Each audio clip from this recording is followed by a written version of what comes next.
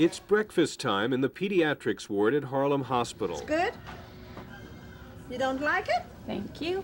That's good stuff. Somehow you always feel you'll make a difference.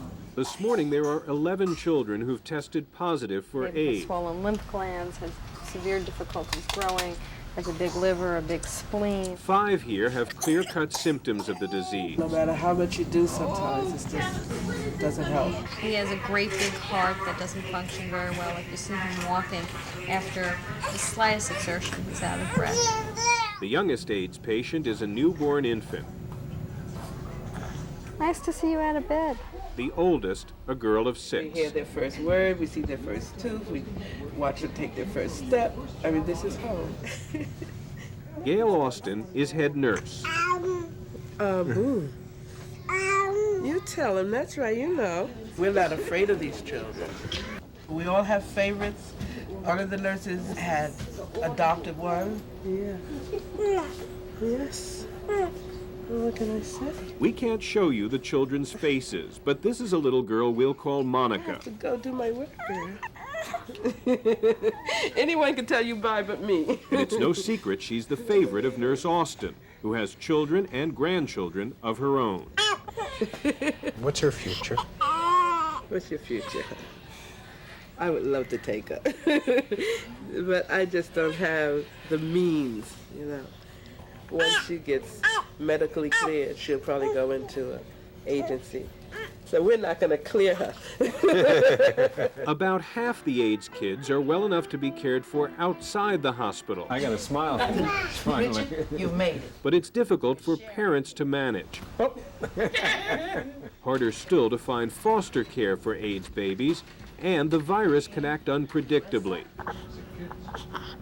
putting an infant in sudden danger. Is it different from caring for other very sick babies? Well, these kids are sicker, and they have more illness, and what happens is, like now you're seeing a lot of them in their well state, but there are times when they're so sick they have to go into intensive care. And it can happen suddenly. Yeah. You have the thermometer? You have a fever? Pediatrician Elaine Abrams. You're making a commitment to take a child who may die.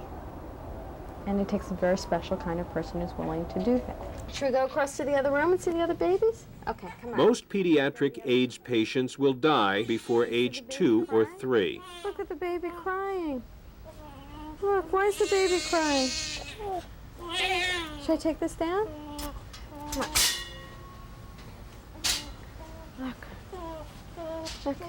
Isn't that a nice little baby? I expect to see more and more cases. I expect the curve to go up, perhaps doubling every year, or even more than that. Doubling every year. In terms of the group of kids we're seeing. It's just past 3 in the afternoon. Monica has a sudden fever. She is hot. 105. Yesterday she had a 102 and 101. Today she had 102. Now it's yeah, 105. I don't know what it is. We're gonna see, okay? The foot is healing. I don't think it's from the heel. I think it's all this cold that she has. Okay. Look at your face swelling up. We need an IV, and this isn't going to be easy. No, I know. You want me to put up an IV? Another child you might wait and watch, see what the blood work tells you. You have a little time.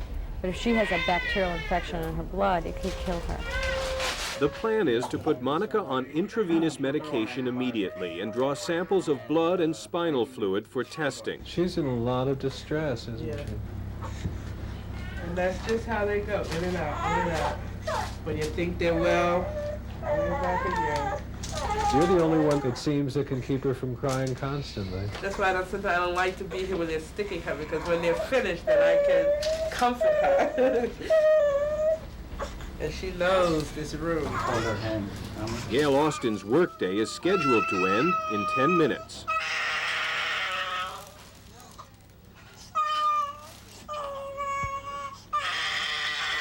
Okay. Very good, very good. Yes, I know. You told me before that the psychiatrists told you all, be wary of getting too close to the kids with AIDS, of getting too close emotionally. Yeah. What I saw between you and that little girl, That's a bond.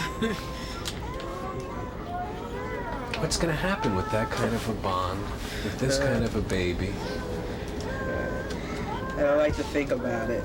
I always think positive that she'll do well, you know. Even when she gets sick, I know she's going to get sick, but I always feel she'll get better. It's 5:30. Monica is moved into intensive care. Just tell them we're putting in the line now. Nurse Austin has agreed to stay on for a double shift. They're gonna put me out again. You know, they always put me out. Another 8 hours. We don't fool ourselves. We know that the end does come for too many of them. And maybe that's why we try to give them so much in the short time they have here. They grow with love and they give back love. We'll know more about Monica before 48 hours are up.